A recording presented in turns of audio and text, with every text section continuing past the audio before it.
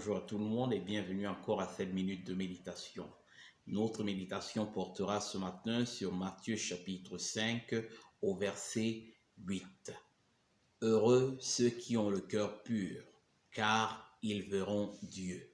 Qui sont ceux qui ont le cœur pur? Qui sont ceux-là qui ont le cœur pur? Étant donné qu'aucun homme n'est en soi pur, que signifie avoir le cœur pur?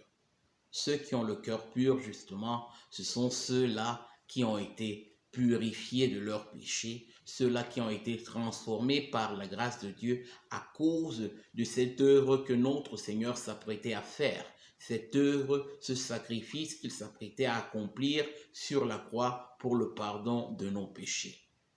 Heureux ceux qui ont le cœur pur. Et personne d'entre nous, justement, n'a en soi le cœur pur.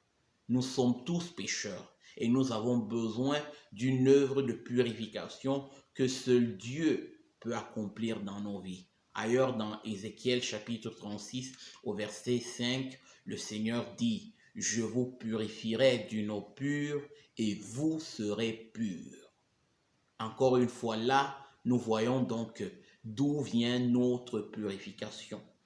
Et il n'y a que Dieu pour libérer les hommes de l'esclavage du péché, car aucun d'entre nous n'a de force, n'a de puissance pour pouvoir se débarrasser de l'emprise du péché dans sa vie.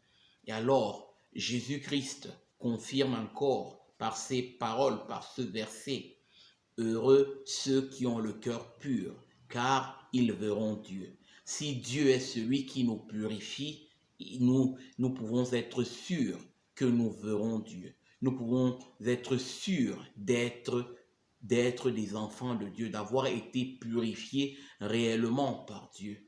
Et toujours dans ce chapitre 36 d'Ézéchiel, il est dit « Je vous purifierai d'une eau pure et vous serez purs. » C'est une certitude. Lorsque le Seigneur accomplit une œuvre, nous pouvons avoir la certitude que cette œuvre-là sera effective.